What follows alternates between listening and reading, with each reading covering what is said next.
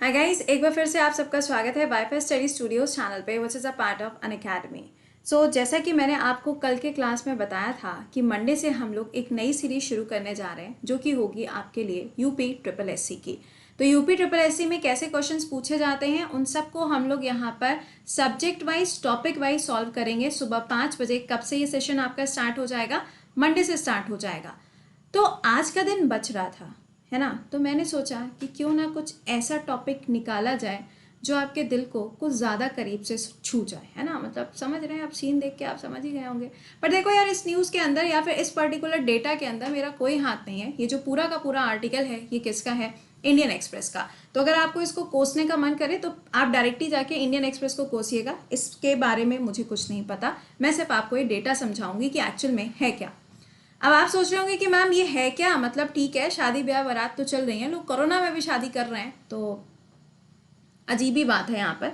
लेकिन Indian express ने एक डेटा जारी किया है जिसके अंदर ये बताया गया है, मतलब ओवरऑल अगर हम डेटा की बात करें तो इसके अंदर जो पूरी रिपोर्ट पब्लिश करी गई है उसमें पूरे आप कह सकते हो 8 से 9 साल का डेटा कंपेयर किया गया है। यानी कि 2007 और 8 के डेटा को उठा के 2016 के डेटा के साथ में कंपेयर किया गया है। और इस पूरी न्यूज़ के अंदर ये बताया गया है कि कितने नंबर ऑफ मेन, कितने नंबर ऑफ विमेन अभी प्रेजेंट टाइम में मैरिड हैं, और अगर वो मैरिड नहीं है तो उसका रीज़न क्या है। क्योंकि अगर अभी हम प्रेजेंट टाइम की बात करें तो हमारे देश के अंदर मैक्सिमम पॉपुलेशन ऐसी है जो बहुत ही ज़्यादा लेट शादी करती है।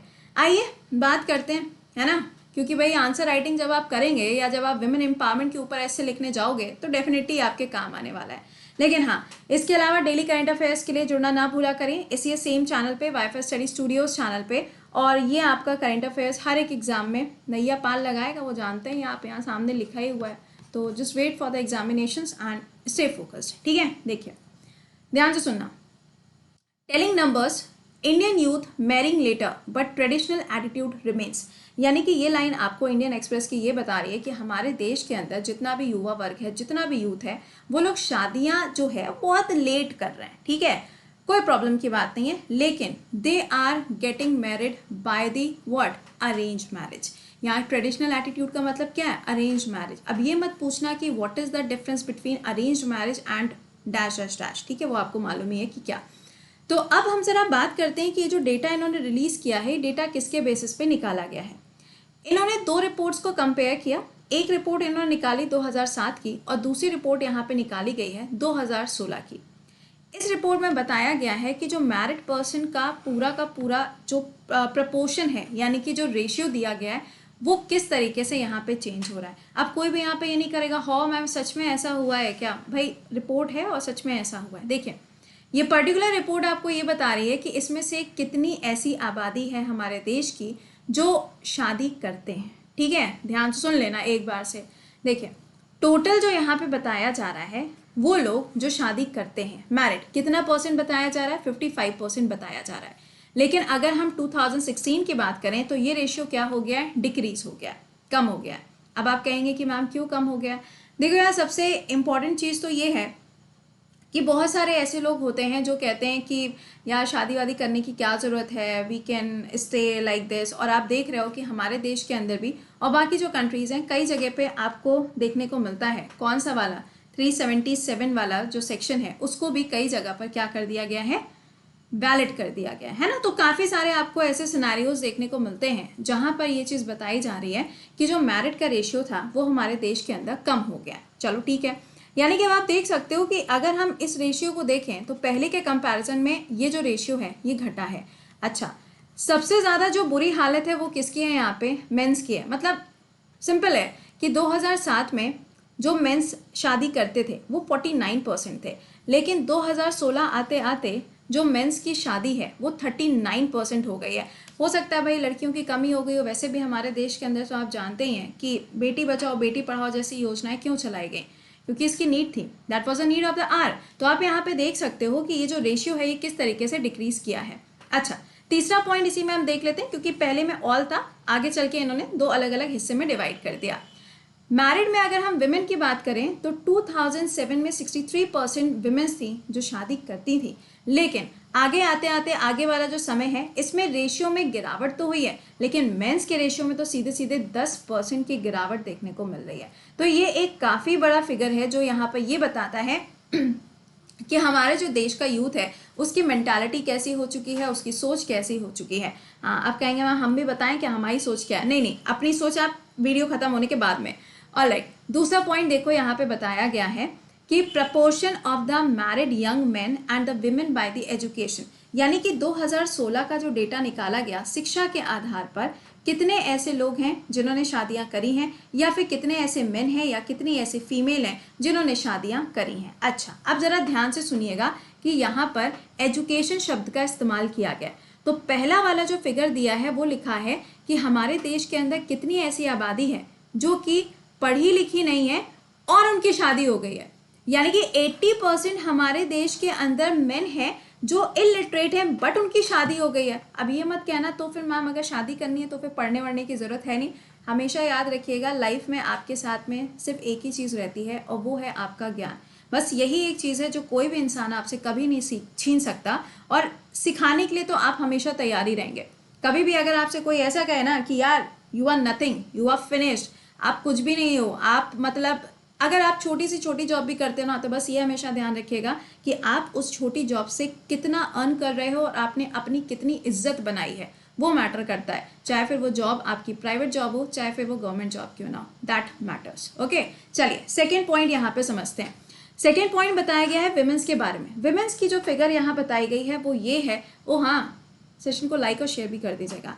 यहाँ पे विमेंस की जो फिगर बताई गई है वो ये है कि हमारे देश के अंदर जितनी भी इलिटरेट विमेंस हैं उनमें 94% ऐसी महिलाएं होती हैं जिनकी शादी हो जाती है। ऑब्वियसली बात है, आप रूरल एरियाज में देखोगे वहाँ पे जो इलिटरेसी है वो बहुत ही ज़्यादा आपको मिलेगा, मतलब रेशियो बहुत ही ज़्यादा है। तो वहाँ पे क्या होता है, बहुत ही कम एज में लोगों की शादी कर दी जाती है। ये तो बहुत ही कॉमन चीज़ है, हम लोगों ने देखी हुई है। अच्छा, अब कितने ऐसे हैं जो प्राइमरी पास हैं और भैया शादी हो गई, अरे ये खतरनाक है, ये तो खतरनाक वाला आपको रेशियो मिल रहा है। और ये रेशियो कितना है यहाँ पे, 64% मेन और 87% कौन है, फीमेल है। चलो ठीक है। हाई स्कूल पास का अगर रेशियो देखा जाए तो 39% मेन और 62% फीमेल, और इसके बाद में ग्रेजुएट लेवल पे आते आते ये थोड़ा सा सुधर जाता है। क्यों भैया, सुधरेगा तो है ही ना, क्योंकि ग्रेजुएशन के बाद में आपका जो दिमाग है वो थोड़ा डेवलप हो चुका होता है और आपको समझ में आता है कि भाई एजुकेशन जो है वो कितनी ज़्यादा इंपॉर्टेंट है। अच्छा, ये वाला डेटा आपके लिए बड़ा इंटरेस्टिंग होगा और आपको बड़ा अच्छा लगने वाला है। भाई देखो, अच्छा लगे या ना लगे, लेकिन जब आंसर राइटिंग करना तो प्लीज़ इन डेटा का इस्तेमाल भी करिएगा। मैरिज प्रेफरेंसेस, यानी कि अरेंज मैरिज है, लव मैरिज है, इंटरकास्ट मैरिज है, अब इन सब चीज़ों के बारे में बात करेंगे। देखिएगा यहाँ पर 2016 की अगर हम डेटा की बात करें तो इसमें बताया गया है कि जो मैरिड लोग हैं वो कितने हैं, 84%। और ये 84% वो लोग हैं जो शादी करते हैं किसकी मर्जी से, अपने माता पिता की मर्जी से, यानी कि अरेंज मैरिज। बहुत अच्छी बात है। आपने देखा होगा मैट्रिमोनियल साइट्स होती हैं, काफ़ी सारी होती हैं, वहाँ पे आप लोग क्या करते हैं, अपना अकाउंट बनाते हैं देन एंड ऑल, ठीक है। तो यहाँ पर आपको ये ध्यान रखना है कि 84% हमारे यहाँ की जो आबादी है वो क्या है भाई, अरेंज मैरिज के ऊपर यकीन करती है। सेल्फ चॉइस, अब ये समझ ही गए होंगे सेल्फ चॉइस का मतलब क्या है ना, यानी कि लव मैरिज की बात हो रही है। तो लव मैरिज जो है वो हमारे देश के अंदर कितनी होती है, 6%। काफ़ी कम रेशियो नहीं लग रहा है तुम लोगों को? तुम लोग का क्या कहना है? मुझे तो बहुत कम रेशियो लग रहा है। खैर आगे चलते हैं। लव कम अरेंज, ये बड़ी सही वाली होती है, लव कम अरेंज, है ना, मतलब पहले लव, उसके बाद में फिर मम्मी पापा मान गए तो वो अरेंज में कन्वर्ट हो जाती है। तो ये वाला जो रेशियो है ये हमारे देश के अंदर कितना है, 4% है सिर्फ। और इसके अलावा अगर आप देखेंगे अनडिसाइडेड, मतलब जिनको अपने जीवन में कोई चीज़ समझ ही नहीं आती, उनके तो रेशियो के बारे में हमें बात करने का कोई अधिकार भी नहीं है, ठीक है। अच्छा, लेकिन यहाँ पर एक रेशियो दिया हुआ है, not important to get married. आपने सुना होगा कि कुछ लोग कहते हैं शादी करके क्या करना है, छोड़ो ना, क्या ज़रूरत है। तो इस रेशियो को अगर हम देखें तो 2007 में सिर्फ 12% लोग ऐसे थे जो कहते थे कि शादी करने की कोई ज़रूरत नहीं है। लेकिन आगे चल के 2016 जब आया तो यहाँ पे 33% लोग ऐसे हो चुके हैं जिनका कहना यह है कि शादी करने की कोई ज़रूरत नहीं। Same category. Well, next point पे आते हैं, attitude towards the intercaste marriage. OMG, हाँ, अब मुझसे ये कोई नहीं पूछेगा इंटरकास्ट मैरिज क्या है। अगर आपको नहीं पता है तो सिर्फ सर्च कर लीजिएगा intercaste marriage by Kriti ma'am, आपको यूट्यूब पे भी मिल जाएगा। तब भी ना मिले तो एक काम करिएगा, अनअकैडमी का क्लास देख लीजिएगा, मिल जाएगा।